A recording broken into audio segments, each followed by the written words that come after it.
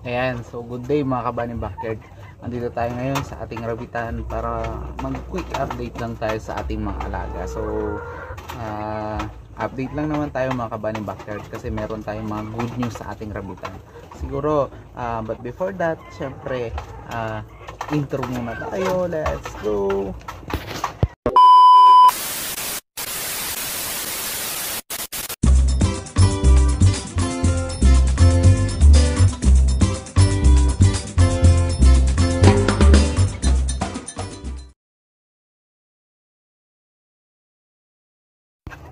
Ayan, so ito yung isa nating rabbit mga kabani backyard.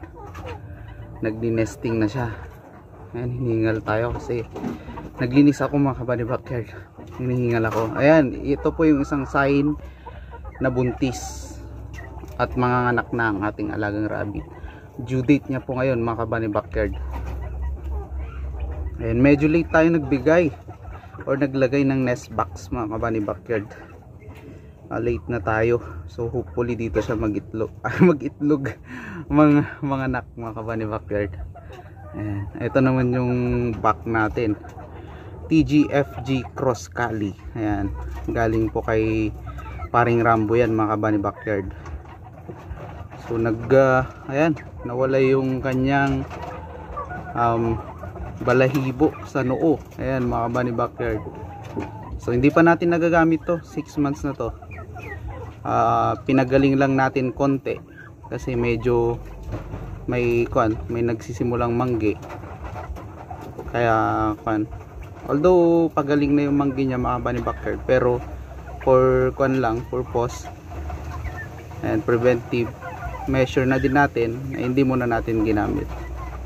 Ayan, nagbigay tayo sa kanila ng napier. Itong isa, ibang ginawa niya sa napier.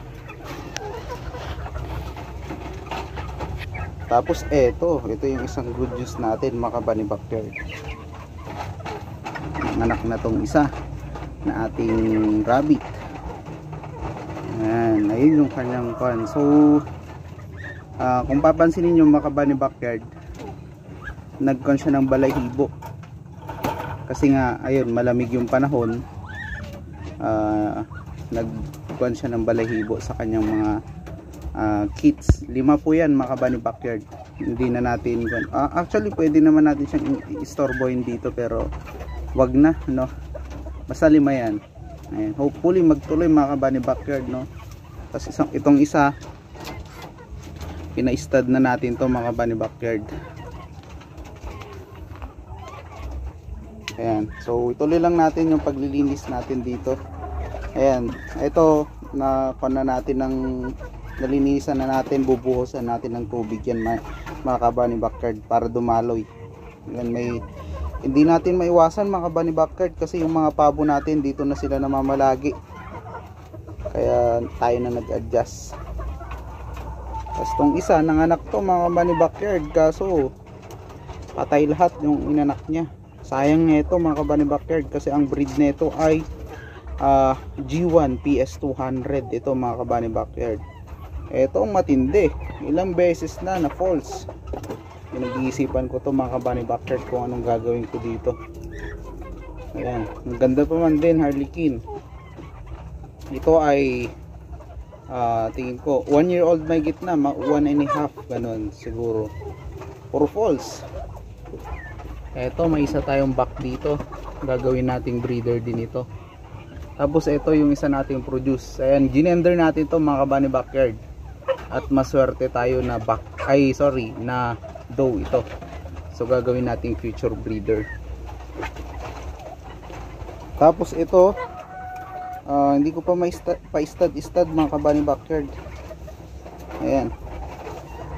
Tapos yung isa, kakatayin natin yan. Ayan, disclaimer, no, yung mga pet lover. So ito kasi extra back, tapos maliit yung lahi, local New Zealand lang yan mga kabani backyard.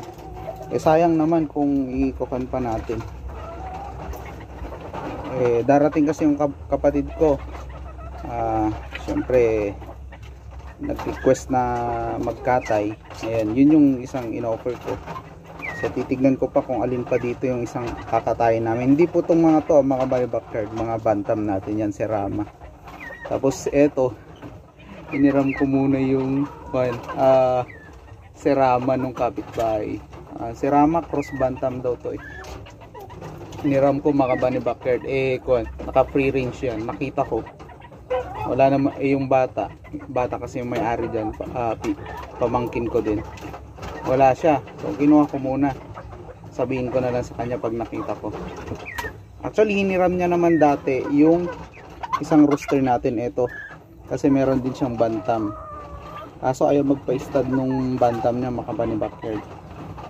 Ito pala yung hiniram niya. Ito hiniram niya to, 1 month niyang hiniram. Kaso hindi nang itlog yung kanyang bantam. Ito kasi bata pa dati. Ayan. So yun lang yung update natin sa ating alagang rabbit. Good news natin, dalawa. May dalawang good news sa ating alagang rabbit. Ito pala mga kabani backyard. Baka magtanong kayo. Ayan, pasensya na talaga kung madumi yung ating area. Hindi pa tayo tapos napansin ko lang kasi habang naglilinis ako. Ayan, eto na si ating kali. Pure kali yan mga kabani backyard. Tignan nyo naman, ang laki. Na-stud po yan ng Transylvanian Giant. Hopefully magtuloy ano. Ayan, hopefully magtuloy. Galingan mo galingan mo. Wala pa tayong naisip na pangalan. Siguro ito si Mikasa. Ayan, si Mikasa. Ayan, mayroon tayong rabbit before na Mikasa ang pangalan. Ngayon papangalanan natin siyang Mikasa 2.0. Ayan, hello Mikasa. Ayan, hopefully magtuloy ang kanyang pagbubuntis. Yun lang yung update ko sa ating rabbitan mga kabani backyard. Hopefully nag-enjoy kayo. Ayan, sa mga napadaan lang dyan, sana i-consider nyo yung pag-subscribe sa aking YouTube channel.